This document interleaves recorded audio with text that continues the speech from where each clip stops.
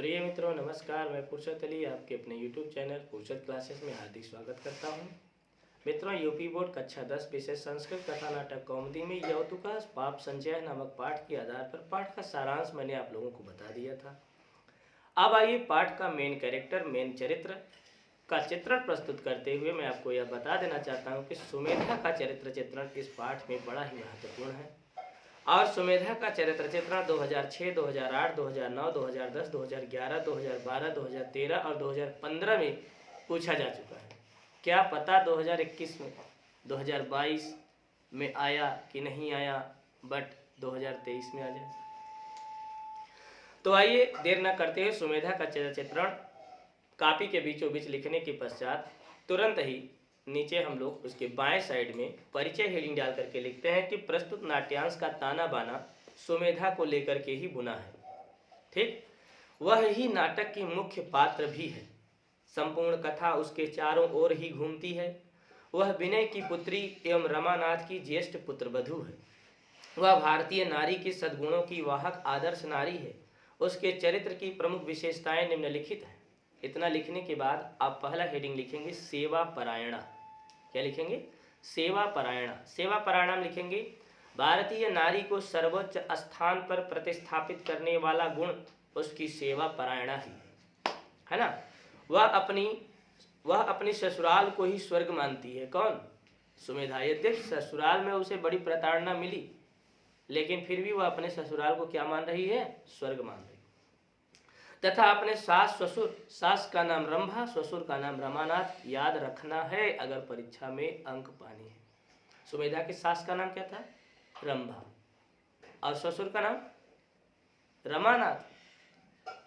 पिता का नाम विनय, यह आपको जानकारी रखना है। देवरानी का नाम चपला।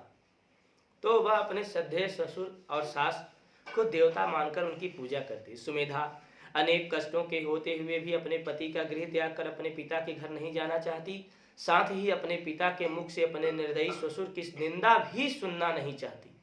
अपने ससुर की प्राण रक्षा वह अपना रक्त दे करके करती है। यह उसके सेवा परायण होने का प्रबल प्रमाण है।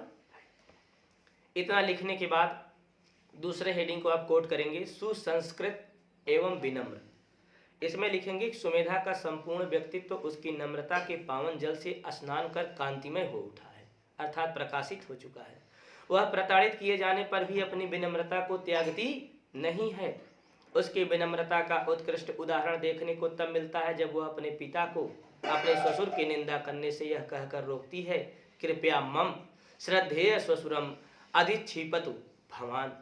उसके सुसंस्कृत होने का प्रमाण तो कदम कदम पर मिलता है। इतना लिखने के बाद अब आप अगला हेडिंग लिखेंगे विचारशीला। विचारशीला। सुमेधा प्रगतिशील विचारधारा वाली भारतीय नववधू है।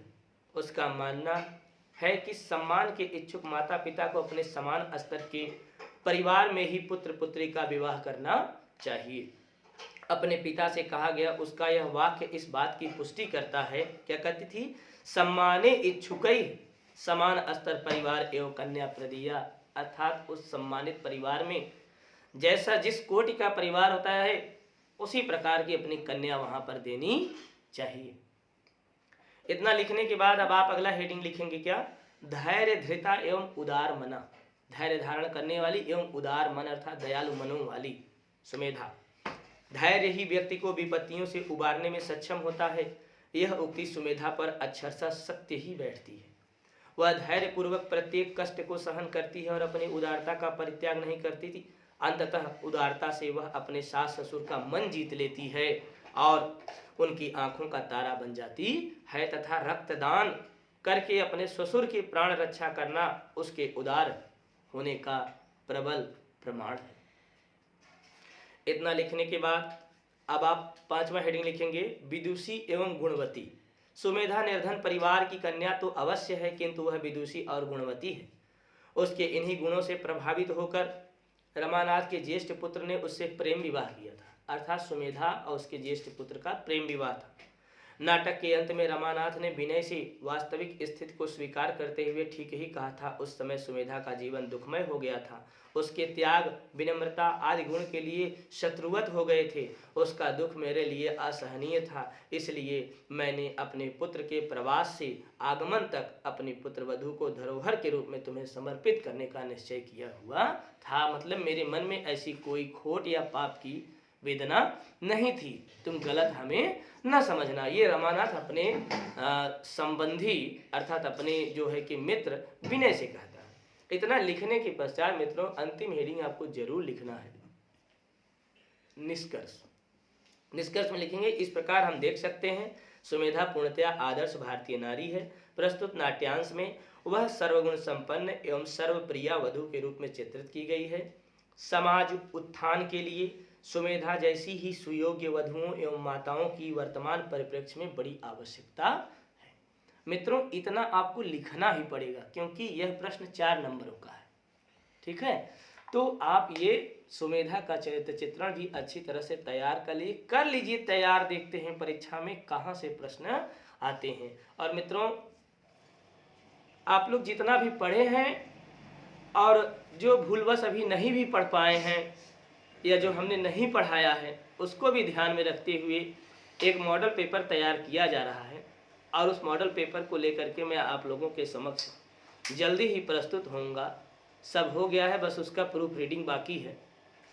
जल्द ही जल्द जो है कि उसके उत्तरों को समाकलित करके मैं आप लोगों के समक्ष प्रस्तुत कर देना चाहता हूं, ताकि आप लोगों को एक आधार मिल जाए कि कौन सा प्रश्न कितने नंबर का है, किस स्थान पर है, ये जान लीजिए। फिर एक बार एक प्रश्न पत्र और तैयार करूंगा जिसमें आप लोगों को यह बताने का प्रयास करूंगा कि कितने मिनट में या कितने समय में कौन से प्रश्नों को हल करें, जिससे हमारा एक भी प्रश्न परीक्षा पीरियड में छूटने न पाए।